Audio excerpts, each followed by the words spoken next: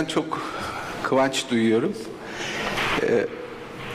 Kanser ve homeopati ilişkisini bana teklif ettikleri zaman bu konuşmayı nasıl yapayım diye çok düşündüm gerçekten.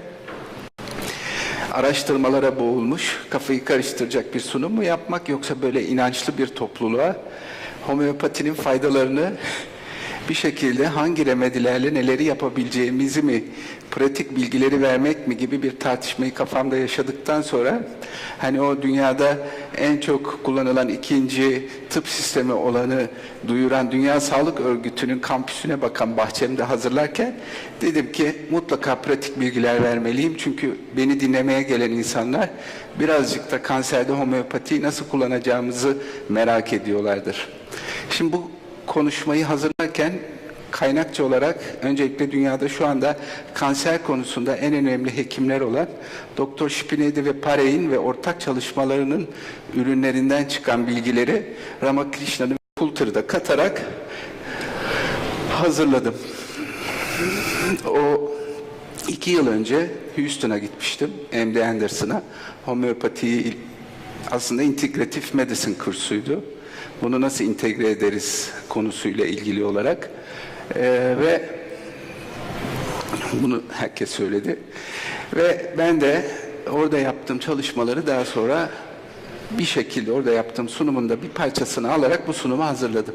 Şimdi bu araştırma 2006 yılında İngiltere'de yapılmış, Manchester'da, ve çok önemli. Akciğer kanserinde %11,5, kolorektal kanserde 20,5, meme kanserinde 46,4, hematolojik malignansilerde de %38,9 oranında İngiltere'de homeopati klasik tıbbın tedavisine entegre ediliyor. Bu çok önemli bir veri. Ayrıca Yunanistan'da gördüğünüz gibi %58'lere varan bir değerde entegrasyon var. İsviçre'de de %24 oranında kullanılıyor. Birazcık da böyle internette kanser ve homeopati yazınca hangi siteler karşıma çıkıyor diye baktığımda oldukça ilginç siteler var. Mesela bakınız, bu İngiltere'deki Cancer Research sitesi veya bu yine Cancer Cure Foundation'ın altında homeopatiyi nasıl anlattıklarını ve bunun tedavilere nasıl entegre edilmesi gerektiğini ufak ufak hastalara ipuçları veren siteler.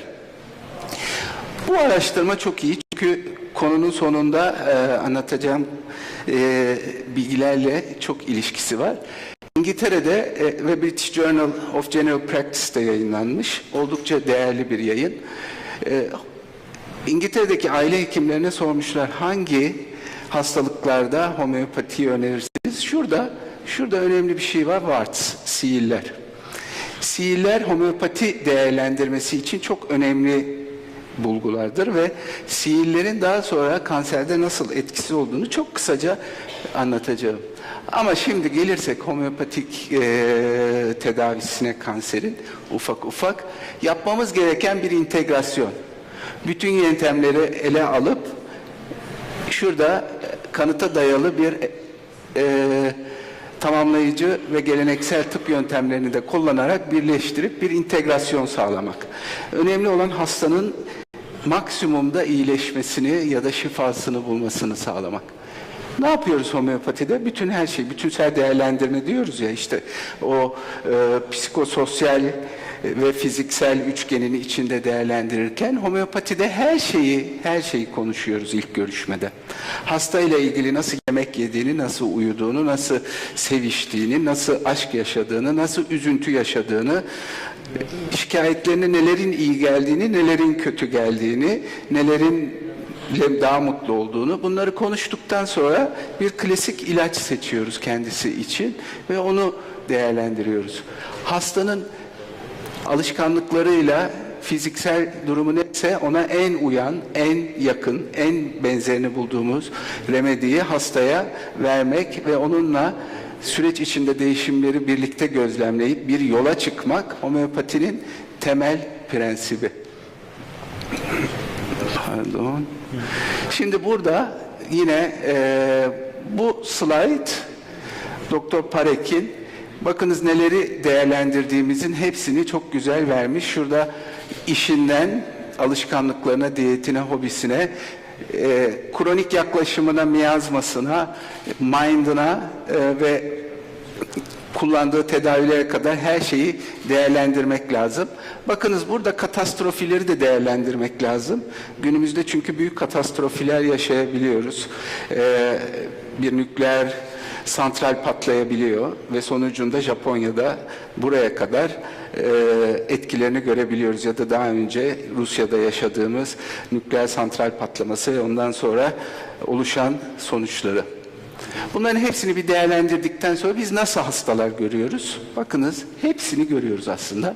En güzeli ama hastayı şurada kanser yatkınlığı olan hasta döneminde yakalayıp onu kanser yapmadan iyileştirmek, şifasını vermek. Ama bunu yakalamak günümüzde mümkün mü? Değil. Tabii ki her seviyedeki multiple metastazları ve cerrahi, kemoterapi, radyoterapi almış, ilaç hastalıkları idealış karışmış bir kanser hastasını da karşımızda görebiliyoruz ve bu durumda ne yapmamız lazım?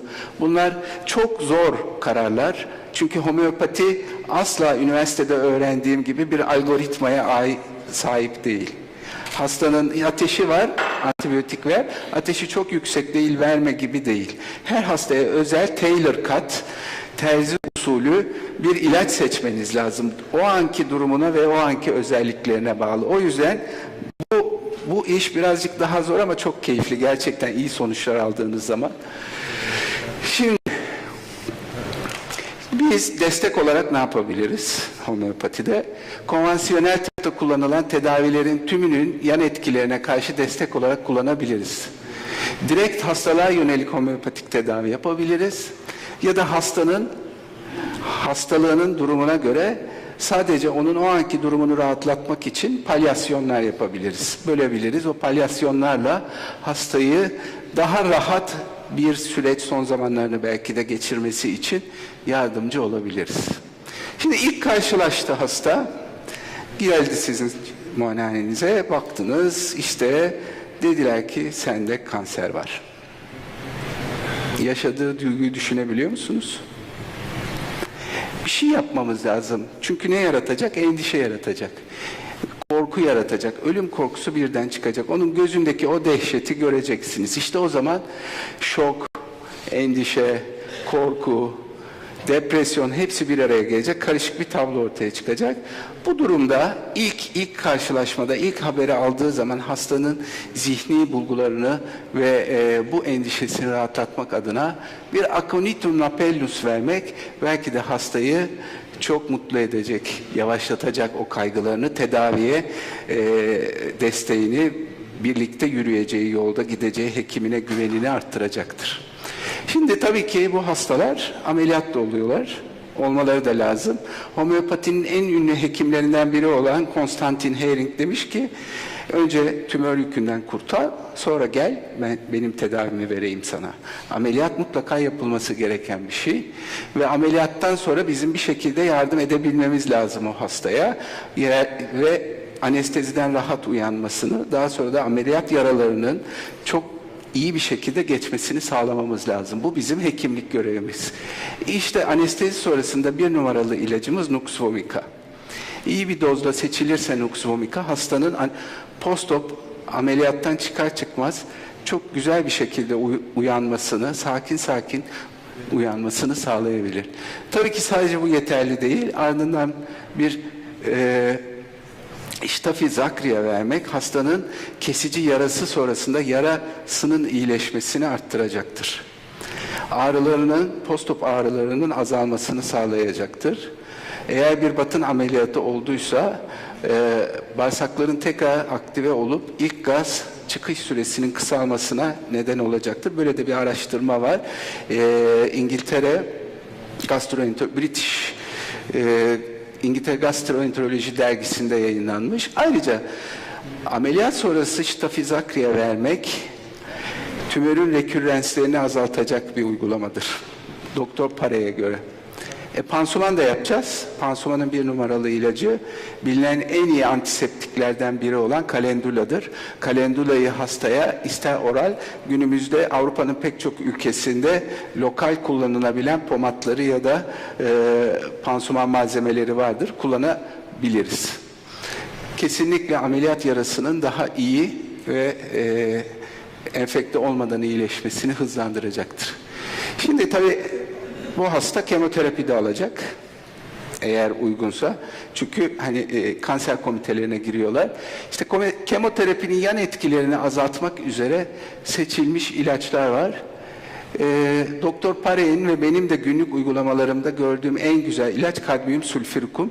C30 dozunda kullanılması, kemoterapiden 2 gün önce profilaktik başlayıp kemoterapi günü ve kemoterapiden sonra 2 gün kullanılması hastanın kemoterapi sonrası bulantı, kusma, halsizlik gibi bulgularını geriletmekte ve hastanın kemoterapiye uyumunu arttırmaktadır. Ayrıca yine çok bilinen bütün tıbbi ilaçların da antidotu gibi görülen iyi bir detoks ilacı da olan Nux Vomica'da hastanın şikayetlerine göre kullanılabilir ilaçlardan birisidir. Homeopatide çok fazla ilaç var. Bambaşka bir ilaçta hastanın karşısına çıkabilirsiniz. Bazen mesela ben bulantılara karşı sepya kullanabiliyorum. Çünkü kokuya karşı hassasiyeti ve bulantısı oluyor. Sepya da çok iyi sonuçlar verebiliyor. Şimdi radyoterapi ile ilgili tabi burada radardan aldığım birkaç şey var. Hepsini birleştirdim. 1 numaralı ilaç kadmiyum iyadatum ama fosfor, radyum bromatum, yine kadmiyum metalikum ve X-ray arkadaşlar. X-ray çok iyi sonuçlar veriyor. Radyoterapi sonrası yanıklarda ve şikayetlerde. Bir hastada serviks kanseri sonrasında gelişmiş olan rektovajinal füstülün kapanmasında X-ray çok iyi sonuçlar vermişti ki sintezin içinde tek ilaç vardır, o da TUYA'dır ama ben X-ray ile çok iyi sonuç aldım.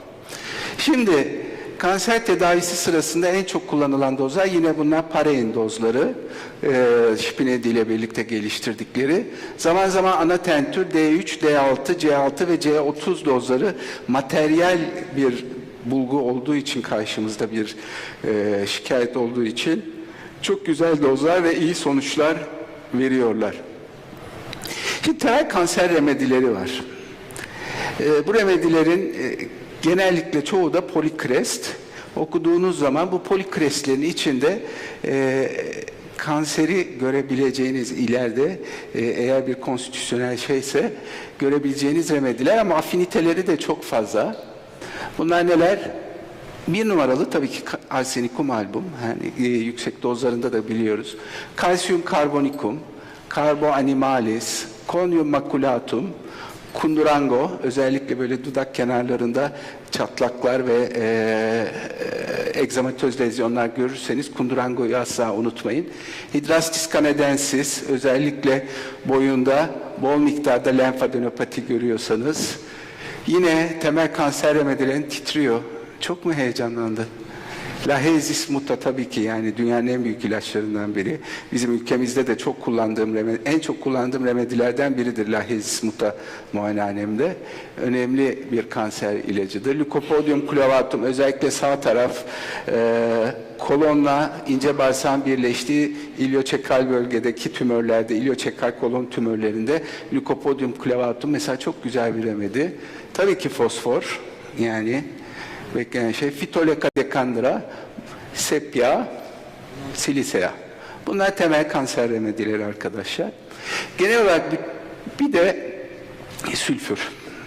Her zaman karşımıza en çok çıkan remedi. Her durumda çıkan remedi. Ama her zaman onu vereceğiz mi? Her hastada 1 numara çıkıyor, 2 numara çıkıyor. Radardaki değerlendirmeye bakarak tabii ki vermeyeceğiz.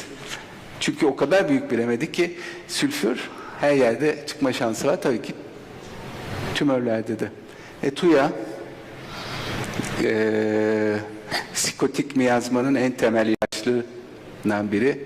TUYA'yı burada es geçmek ayıp olurdu.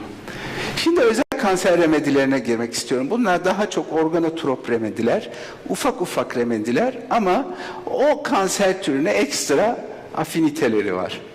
Bunları zaman zaman hastanın konstitüsyonel remedisini verirken ya da başlarken kullanma şansına sahipsiniz ve çok iyi sonuçlar veriyorlar.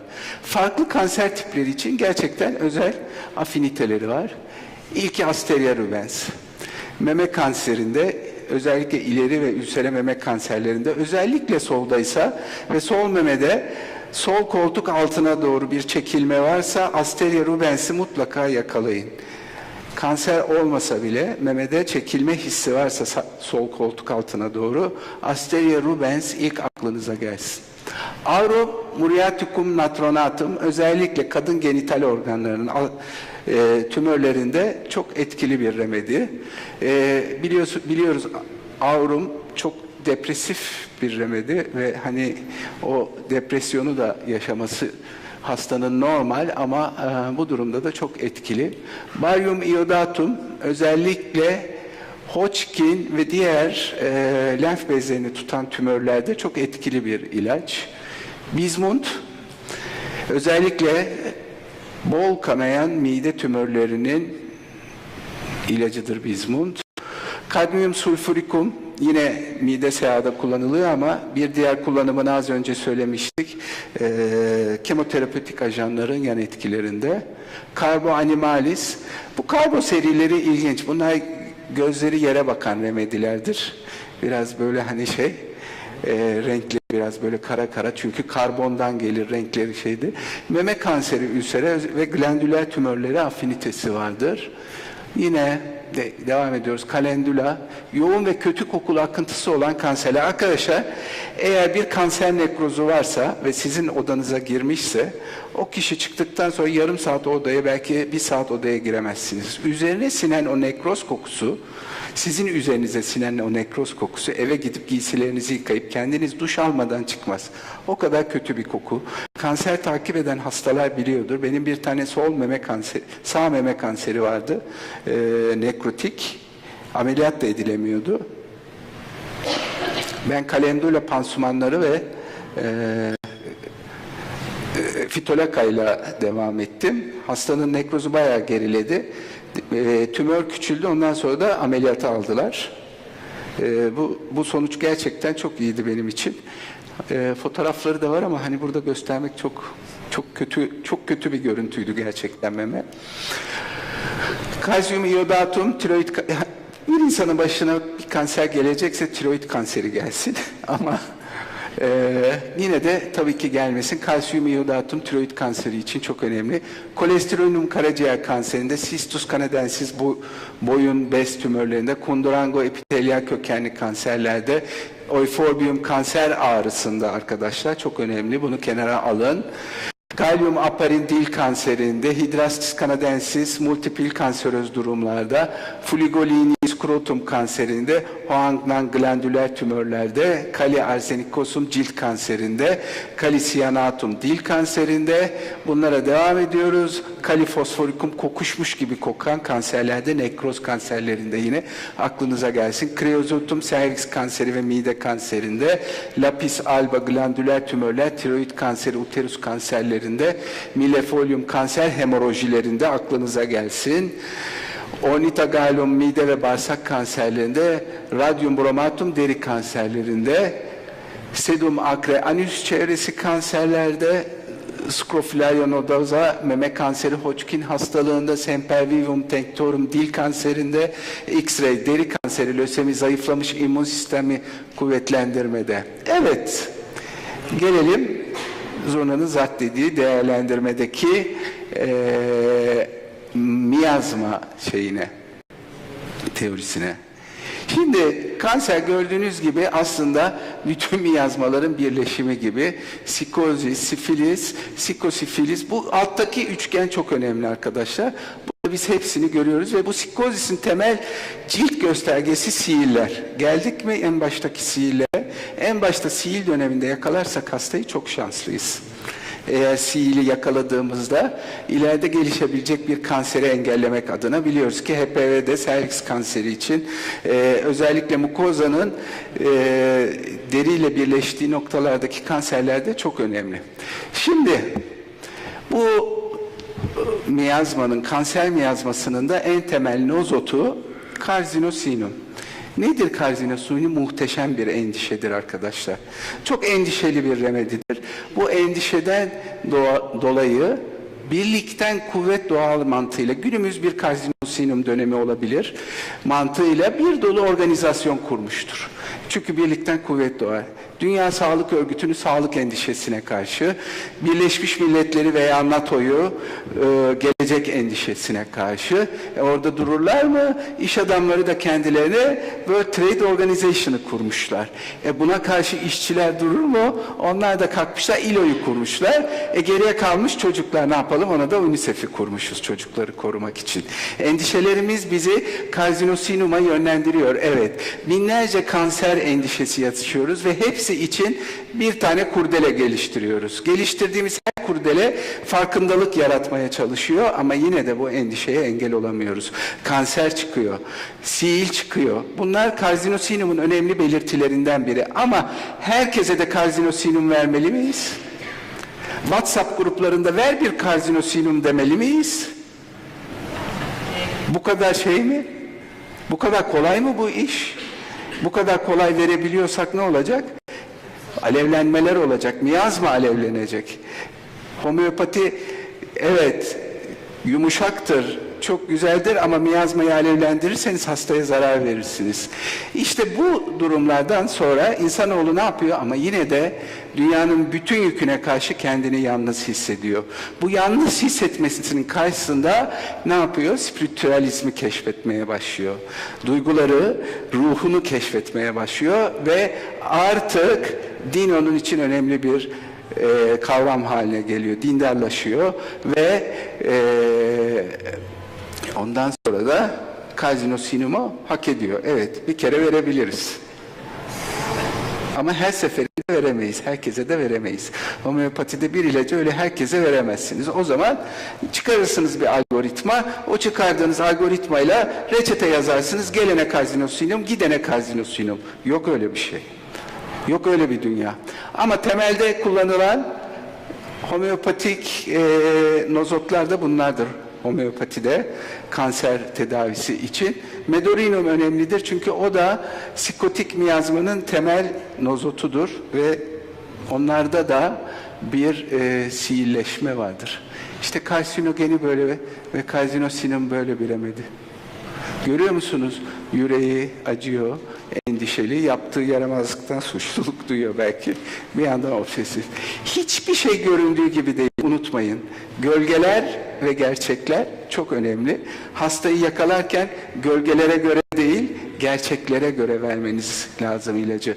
Asla aklınızdan çok eski tanıdığım bir dostum vardı. Über sinnliche Erglobung yapmayın. Yani kendi zihninizden bir inanç yaratıp ondan sonra o hastaya o ilacı vermeyin. O sizin inandığınız şey değildir. Gerçeği bambaşkadır. O hastayı iyice tanıyın ve ona göre ilaç verin. Kansere karşı güçlü olmalıyız. Pozitif düşünüp, günlük egzersizler yapıp, sağlıklı beslenip, iyi çalışıp, güçlü kalıp, az endişelerle, bol dans ederek, sık aşık olarak, mutlu olarak kansere güçlü olabiliriz karşı. Beni dinlediğiniz için teşekkür ederim.